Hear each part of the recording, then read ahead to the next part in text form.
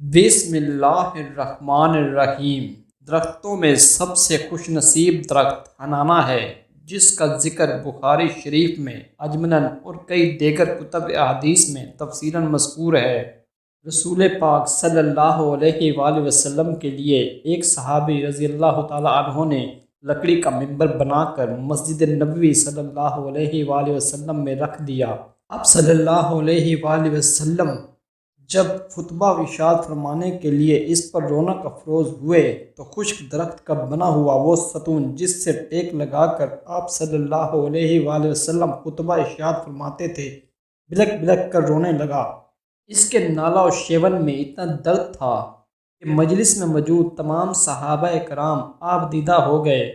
جب آن حضرت صلی اللہ علیہ وآلہ وسلم نے ستون کی بے قراری ملاحظہ فرمائی تو خطبہ مؤخر فرمایا، اس ستون کے پاس آئے اور اسے سینے سے لپیٹا، اور پھر آپ صلی اللہ علیہ وآلہ وسلم نے صحابہ کرام رضی اللہ تعالیٰ عنہ سے فرمایا، یہ میری جدائی میں گریہ کنا ہے۔ قسم ہے اس ذات کی جس کے قبضے قدرت میں میری جان ہے، اگر میں اسے سینے سے لپیٹ کر دلاسا نہ دیتا تو یہ قیامت تک اسی طرح میری جدائی کے غم میں روتا رہتا۔ پھر رسول پاک صلی اللہ علیہ وآلہ وسلم نے لکڑی کے اس تنے سے پوچھا، کیا تو پسند کرتا ہے کہ میں تجھے واپس اسی باغ میں اگا دوں جہاں سے تجھے کاٹا گیا ہے؟ وہاں تجھے ہرا بھرا کر دیا جائے گا، یہاں تک کہ قیامت تک مشرق و مغرب سے آنے والے اللہ کے دوست حجاج کرام تیرا پھل کھائیں۔ پھر اس نے رسول پاک صلی اللہ علیہ وآلہ وسلم سے عرض کی کہ اے پیکر رحمت، میں تو آپ صلی اللہ علیہ وآلہ وسلم کے لمحاتی جدائی برداشت نہ کر سکا، قیامت تک کی تنہائی کیسے برداشت کروں گا؟ پھر آپ صلی اللہ علیہ وآلہ وسلم نے پوچھا، کیا تو یہ چاہتا ہے کہ میں تجھے جنت میں سرسبز و شاداب درخت بنا کر اگا دوں اور تو جنت کی بہاروں کے مزے لوٹے؟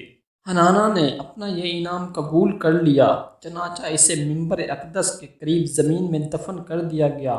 تدفین کے بعد رسول اکرم صلی اللہ علیہ وآلہ وسلم نے فرمایا، اس نے دار فنا پر دار بقا کو ترجیح دی ہے۔ اس درخت کی یادگار کے طور پر اسی مقام پر ایک ستون استوانہ حنانہ کے نام سے مسجد نبوی صلی اللہ علیہ وآلہ وسلم میں آج بھی موجود ہے۔ منقول ہے کہ جب حضرت حسن بصری یہ حدیث بیان کرتے تو رو پڑتے اور فرماتے، اے اللہ کے بندہ، لکڑی ہجر رسول صلی اللہ علیہ وآلہ وسلم میں روتی ہے اور آپ صلی اللہ علیہ وآلہ وسلم کے دیدار کا اشتیاق رکھتی ہے۔ انسان تو اس سے زیادہ حق رکھتا ہے کہ فراق رسول صلی اللہ علیہ وآلہ وسلم میں بے قرار رہے۔ دوستو، اگر آپ کو ہماری یہ ویڈیو پسند آئے تو ویڈیو کو لائک کر دیں اور کمنٹ میں اپنی رائے کا اظہار کریں، اور ہمارے یوٹیوب چینل کو سبسکرائب کر دیں اور بیل آئیکن کو دبا دیں تاکہ ہمارے آنے والی ہر ویڈیو آپ تک بآسانی پہنچ سکے۔ شکریہ۔